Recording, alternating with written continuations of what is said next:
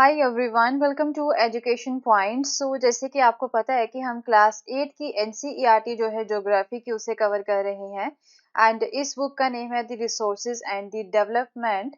And जैसे कि मैं आपको पहले भी बता चुकी हूँ कि इस बुक में हम जो है हर एक टॉपिक जो है किसके रिगार्डिंग है, वो रिसोर्सेज के रिगार्डिंग ही हम यहाँ पे कवर करेंगे। इसे जो है पूरा डिटेल्ड वे में जो है कवर करने की कोशिश की गई है इस पर्टिकुलर बुक में। एंड इसका जो फर्स्ट चैप्टर है जिसका नेम ही यहाँ पे रिसोर्सेज था, यहाँ पे उसके बारे में हमने यहाँ पे टोटली कवर किया था। पूरा चैप्टर जो है डिटेल वे में कवर किया था। इवन जो है रिसोर्सेज होते क्या है, टाइप्स ऑफ रिसोर्सेज की हमने यहाँ पे बात की थी, राइट। जैसे कि नेचुरल रिसोर्सेज होते हैं, आफ्टर दैट जो है कुछ मैन मेड रिसोर्सेज होते हैं। एंड इवन हमने एक और इम्पॉर्टेंट रिसोर्स की बात की थी जिसे हम जो है ह्यूमन रिसोर्स बोलते हैं, राइट। उनके बारे में हमने यहाँ पे डिटेल वे में कवर किया था अपने चैप्टर नंबर 1 में। And in our previous video we had started the chapter number 2।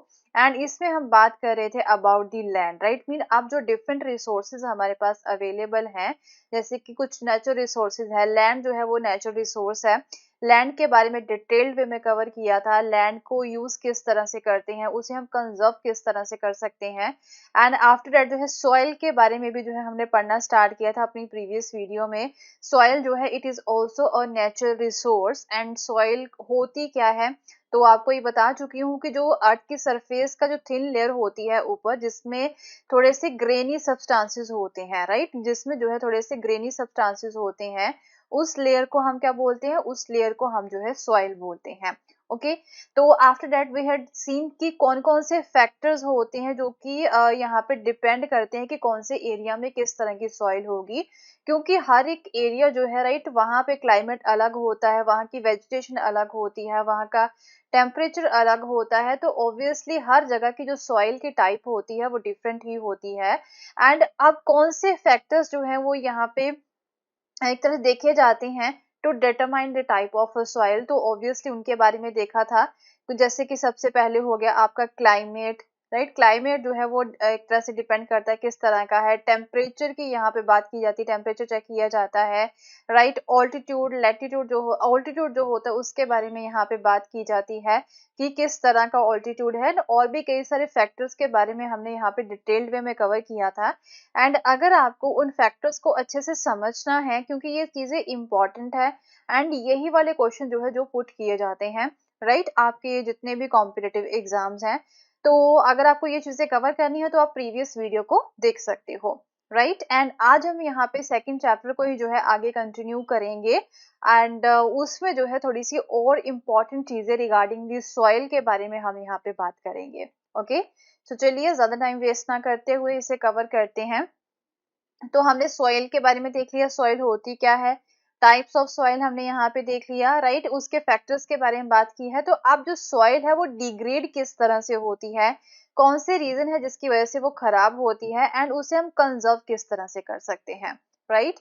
So soil का इरोजन जब यहाँ पे होता है, सॉइल इरोजन किस तरह से हो सकता है, हम जब ज्यादा से ज्यादा पेड़ काट रहे हैं, जैसे कि पेड़ की जड़ें होती है ना, वो यहाँ पे सॉइल के इरोजन को बचाती है, राइट। जो सॉइल है वो ज्यादा बहती नहीं है, एक जगह से दूसरी जगह पे नहीं जाती है। तो अगर हम पेड़ ही काटते जा रहे हैं, वेजिटेशन कवर को काटते जा रहे हैं, तो सॉइल इरोजन जो है वो ज्यादा होता है। Okay. Soil erosion and depletion जो है ये कुछ मेजर थ्रेट्स हैं to the soil as a resource. And human and natural factors दोनों ही यहाँ पे जो है रिस्पॉन्सिबल होते हैं to the degradation of the soil. कुछ हमारी ह्यूमंस की एक्टिविटीज होती हैं, कुछ यहाँ पे नेचुरल फैक्टर्स भी होते हैं जिसकी वजह से सॉइल जो है वो खराब होती है, राइट। तो कौन कौन से फैक्टर्स है जिसकी वजह से सॉइल जो है वो डिग्रेड होती है, पहला तो डिफॉरेस्टेशन हो गया, ओवर ग्रेजिंग हो गया, एक ही जगह पे जो है बार बार जो है पशुओं को चराया जा रहा है, राइट। एंड या फिर केमिकल फर्टिलाइजर्स या फिर जो पेस्टिसाइड्स है उसका हम ओवर यूज करते हैं, तो सॉइल जो है वो खराब हो जाती है, उसके जो नेचुरल न्यूट्रिएंट्स वगैरह होते हैं वो नष्ट हो जाते हैं। आफ्टर जब कभी यहाँ पे ज्यादा रेन होती है तो रेन वॉश की वजह से भी सॉइल है जो है वो वहां से निकल जाती है, या फिर कभी कभी लैंडस्लाइड्स भी हो जाते हैं, या फिर कभी फ्लड्स भी आते हैं, तो फ्लड्स की वजह से भी जो सॉइल है वो खराब हो जाती है, उसके न्यूट्रिएंट्स वगैरह जो है वो सारे बह जाते हैं पानी में, राइट। तो इसकी वजह से हम बोल सकते हैं ये कुछ फैक्टर्स है जिनकी वजह से यहाँ पे सॉइल डिग्रेडेशन होती है। तो अब सॉइल को हम कंजर्व किस तरह से कर सकते हैं, तो उनके भी कुछ मेथड्स यहाँ पे बताए हुए हैं, कई सारे तरीके लोग अपनाते हैं सॉइल को कंजर्व करने के। पहला हो गया आपका मल्चिंग। ओके, मल्चिंग क्या होता है कि एक जो है ना, जैसे हम पेड़ पौधे उगा रहे हैं, आई मीन यहाँ पे पौधे उगाए हुए हैं, यहाँ पे पौधे उगाए हुए हैं, एंड ये जो बीच में जो खाली जो स्पेस होती है ना, डिफरेंट पौधों के बीच में, डिफरेंट प्लांट्स के बीच में जो बेयर ग्राउंड होती है ना, उस ग्राउंड को जो है ना एक ऑर्गेनिक मैटर होता है, जैसे कि स्ट्रॉ होती है, राइट, जो स्ट्रॉ होती है उसके साथ कवर कर दिया जाता है उस खाली लेयर को, राइट, एंड सो डैट कि वहां से जो मॉइस्चर है ना वो ना निकले ज्यादा। ओके, उसे कवर कर दिया जाता है, वो खाली लैंड जो होती है बिटवीन दी प्लांट्स। तो ये ऐसा किया जाता है to retain the soil moisture. So यहाँ पे पिक्चर में आप देख सकते हो, ये हो गया मल्चिंग। ओके, तो यहाँ पे एक लाइन है पौधों की, एक यहाँ पे प्लांट्स है, तो ये वाली जो बीच वाली जो लाइन है ना, ये जो खाली सरफेस थी, तो इसे जो है ना थोड़ा सा ऑर्गेनिक मैटर के साथ जो है जो है ढक दिया गया है, सो दैट कि यहाँ का मॉइस्चर जो है वो ज्यादा ना निकले। आफ्टर दैट जो है सेकंड नंबर पे आ जाता है आपका काउंटर बैरियर्स। काउंटर बैरियर्स यहाँ पे लगा दिए जाते हैं। खेत होता है ना, जैसे आपने देखे भी होंगे, मोस्टली पंजाब में तो ऐसा ही होता है, जैसे खेत होते हैं तो बैरियर बना दिए जाते हैं, सो डैट की जो है ना वहां से पानी जो है वो ज्यादा ना बहे, राइट। जैसे कि स्टोन्स के बैरियर्स होते हैं, ग्रास के, सॉइल के, जो है सॉइल के साथ ही जो है बैरियर्स बना दिए जाते हैं, and trenches are made in front of the barriers to collect the water. So next हो गया आपके रॉक डैम बना दिए जाते हैं, या तो फिर एक तरह से क्या होता है, रॉक्स भी कई बार लगा दी जाती हैं पानी को एक जगह पे रोकने के लिए। This prevents the gullies and further soil loss. Okay, so next होगा फोर्थ फैक्टर जो है वो टेरेस फार्मिंग होती है। जैसे कि माउंटेनियस जो रीजन होते हैं वहां पे स्लोप ज्यादा होती है, तो जैसे आपको पहले बता चुकी हूँ अपनी प्रीवियस वीडियो में कि वहां पे जो है ना पानी ना बहे, राइट, एक जगह पे जो है टिक टिक जाए पानी, वहां पे तो टेरेस बना दिए जाते हैं, राइट, टेरेस फार्मिंग की जाती है। तो फ्लैट जो काफी छोटे छोटे फ्लैट स्टेप्स होते हैं या फिर जो टेरेसेस होते हैं ना, वो यहाँ पे बना दिए जाते हैं on the steep slopes, so that जो फ्लैट सरफेसेस है ना वो यहाँ पे अवेलेबल हो जाए to grow the crops. And जिसकी वजह से क्या होता है कि जो पानी है वो ज्यादा रन ऑफ नहीं होता एंड सॉइल भी इरोड नहीं होती है। तो फिफ्थ तरीका है इंटरक्रॉपिंग। इंटरक्रॉपिंग क्या होता है कि जैसे एक रो है, यहाँ पे पोटैटो अगर उगा दिए, दूसरी रो में जो है कुछ और यहाँ पे प्लांट उगा दिए, फिर तीसरी रो में पोटैटो उगा दिए, फोर्थ रो में कोई और प्लांट यहाँ पे उगा दिए, मीन इंटरक्रॉपिंग की जाती है, मीन मल्टीपल क्रॉप्स जो है वो यहाँ पे उगाए जाते हैं in the alternate rows, so that कि यहाँ पे जो है सॉइल को प्रोटेक्ट किया जाए, मीन खाली नहीं छोड़ा जाता है, राइट, खाली नहीं छोड़ा जाता है। जैसे कि हमने मल्चिंग देखी थी, मल्चिंग में क्या होता है कि जो घास फूस होता है ना, यहाँ पे मैटर्स होते हैं, ऑर्गेनिक मैटर्स होते हैं, वो खाली स्पेस पे जो है बिछा दिए जाते हैं। तो इसमें क्या होता है, इंटरक्रॉपिंग में वो जो खाली जो स्पेस होती है ना, उस पे भी जो प्लांट्स है वो उगा दिए जाते हैं डिफरेंट तरह के, राइट। सो उसके बाद में सिक्स नंबर पे आ गया आपका counter ploughing. and plowing parallel to the counters of hill slope to form a natural barrier for water to flow down the slope। यहाँ पे काउंटर प्लॉइंग कर दी जाती है, मीन वही होता है कि एक तरह से हिल स्लोप में थोड़े से बैरियर लगा दिए जाते हैं, हिल की स्लोप होती है ना यहाँ पे, राइट, वहां पे बैरियर लगा दिए जाते हैं सो डैट की पानी ज्यादा वहां से ना बहे। तो सेवंथ नंबर पे आ गया आपका शेल्टर बेल्ट्स।